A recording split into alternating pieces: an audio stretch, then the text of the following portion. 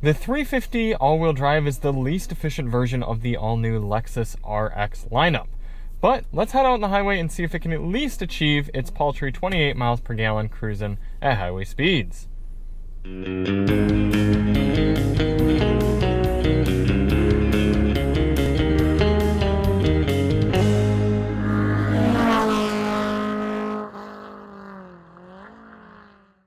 Hey everybody, it's Charlie from Daily Motor.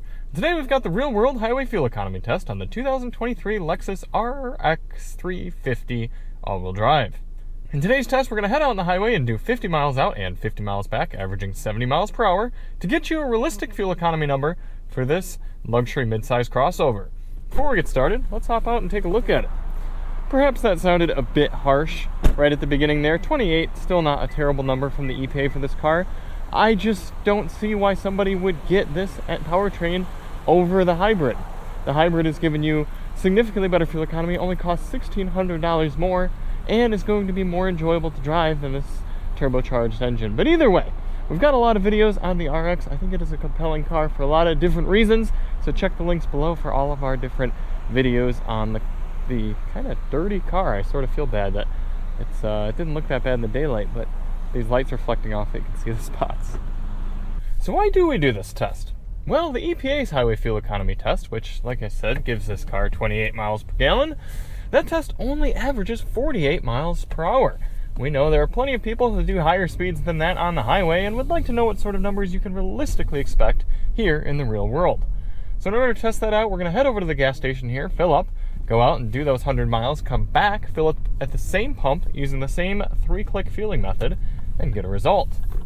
Now, a few things to note for today. Outside temperature is currently 69 degrees Fahrenheit. Our tire pressures have been set to their door placard 33 psi cold. And we're going to run the climate control at 73 degrees auto. Now, unfortunately, this powertrain does ask for premium fuel, so that's what we're going to be using for this test. All right, let's hop out and fill it up.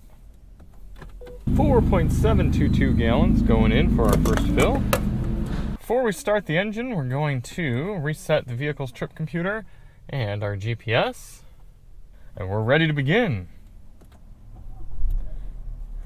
And we do have a few different drive modes here in the RX. We've got normal, sport, eco, and custom. We're going to run this test in eco once the screen decides to get with the rest of the program here.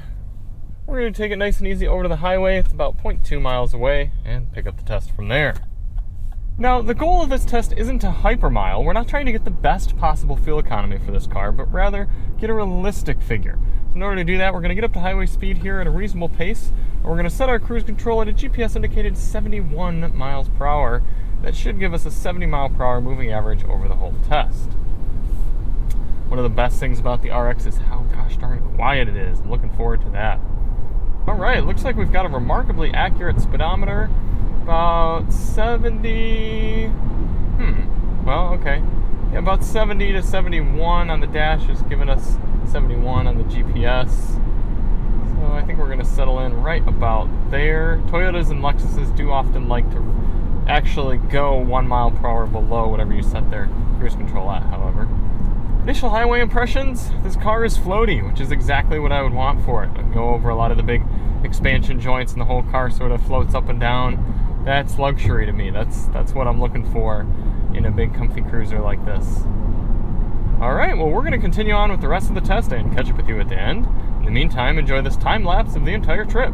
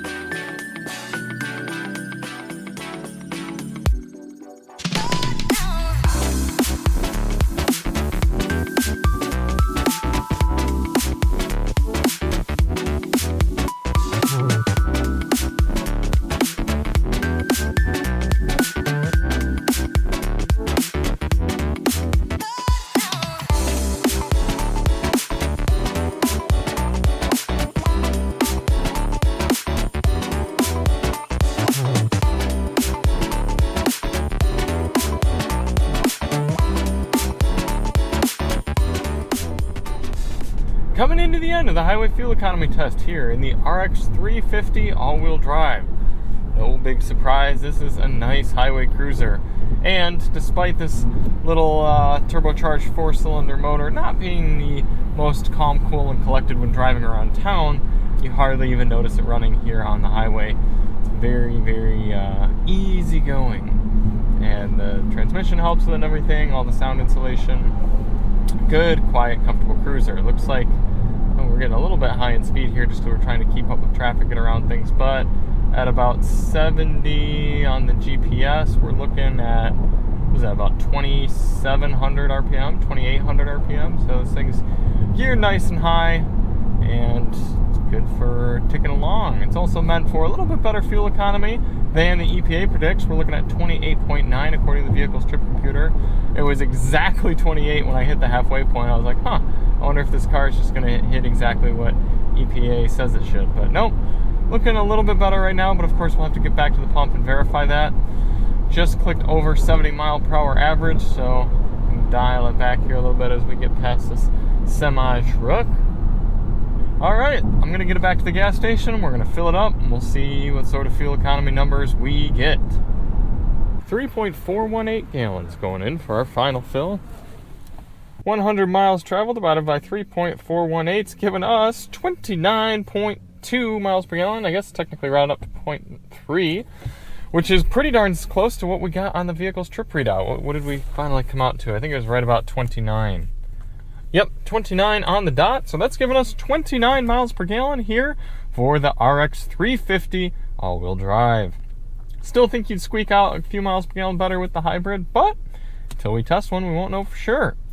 We've got a 17.8 gallon fuel tank in here, so 17.8 times that 29 miles per gallon is giving you an effective highway cruising range of 510 miles at highway speeds here in the RX 350 all-wheel drive. So, there you've got it. Maybe if you're going to do a lot of highway cruising, might not be worth stepping up to the hybrid, but if you're going to do a lot of city driving, I think it's definitely the right move. Thank you all so much for watching. If you do want to see more on the RX here, check the link in the description. We've also driven the 500H. We'll have you'll be able to find those videos in the link below as well. And we'll see you on the next one. I'm Charlie from Daily Motor, and as always, drive on.